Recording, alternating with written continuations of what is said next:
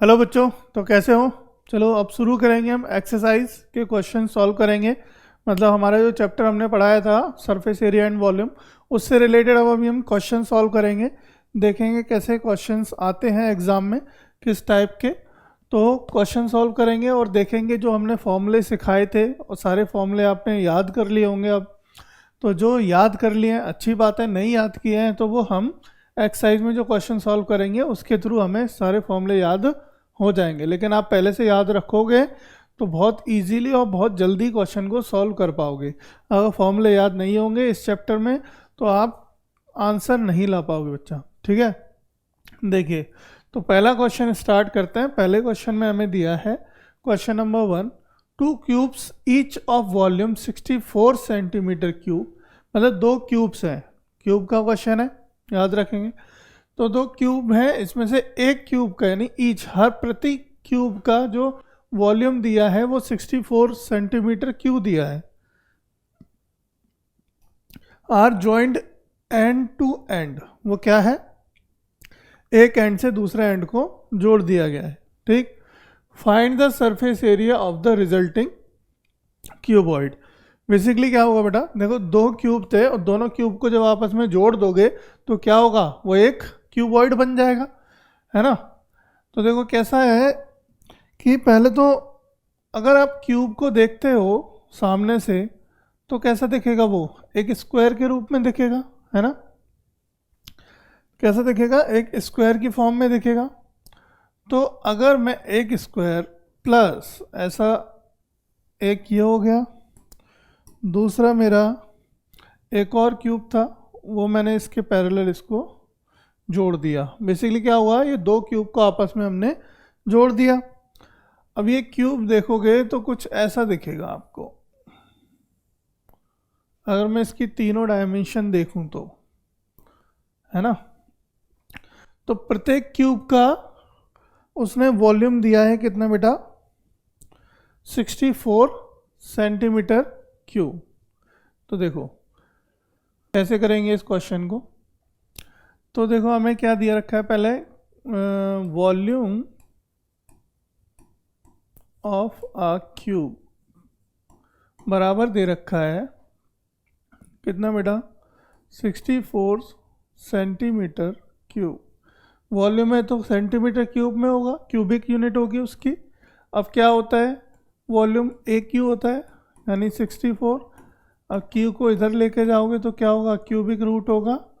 अब 64 किसका cubic root होता है, 4 का, है ना, 4 का होता है। यानी ए एज, उसकी एक एज कितनी आ गई, 4 आ गई। यानी प्रत्येक एज कितनी होगी इसकी, 4 होगी बेटा, है ना। देखो ये भी 4 होगा, ये भी 4 होगा और ये भी 4 होगा, ये भी 4 होगा, ये भी 4 होगा। इसी तरीके से ये भी 4, ये भी 4, 4 4 4 4 और 4। मतलब क्या होगा, दोनों ही क्यूब में सारी की सारी एज, क्योंकि आपको पता है हमने बताया था क्यूब में क्या होता है, सारी एज बराबर होती हैं, क्यूबॉइड में अलग अलग हो सकती हैं, है ना। तो क्या होगा देखो, अब अगर आप इसको गौर से देखो, क्योंकि अब ये नया जो हमने क्यूबॉइड क्रिएट हुआ दो क्यूब को मिला के, जब दोनों क्यूब को हमने आपस में मिला दिया तो क्या बन गया मेरा बेटा, ये बन गया बच्चा क्यूबॉइड। अब इसकी जो लेंथ अगर आप यहाँ से देखोगे, ये जो लेंथ है वो कितनी हो गई, 4 + 4। अगर इसको जोड़ दोगे तो 8 हो गई, यानी क्यूबॉइड की लेंथ हो गई आपकी 8।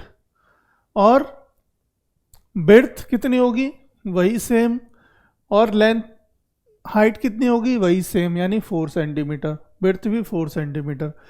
सिर्फ हमारी जो एल है वो हो गई आपकी लेंथ हो गई कितनी, 8 हो गई। चलो अब यहाँ पे लिख लेते हैं। देखो तो new formed cuboid LBH। LBH क्या होगा इसका, तो देखो बेटा L आया कितना आपका 8, है ना, कॉमा B बराबर कितना होगा, कॉमा B बराबर हो गया आपका कितना 4, कॉमा H बराबर होगा कितना 4। तो LBH आ गया। अब आपसे निकलवा क्या रहा है बेटा, अब वो आपसे निकलवा रहा है find the surface area of the resulting cuboid. तो क्यूबॉइड का सरफेस एरिया क्या होता है, बताया था फॉर्मूला हमने, जल्दी से फॉर्मूला लिख लो। अब देखो surface area of cuboid, formula रखो आंसर पाओ, कुछ नहीं है ऐसे क्वेश्चनों में। देखो फॉर्मूला है 2LB plus BH plus HL, यही होता है।